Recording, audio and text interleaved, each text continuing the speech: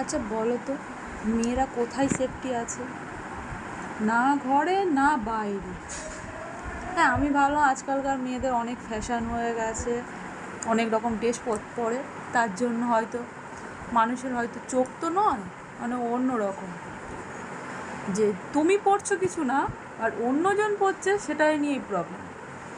আর ভেবে দেখো তো, এই যে আরজি করার যে ঘটনাটা হলো একজন ডাক্তারের সাথে, তার বা কী দোষ ছিল?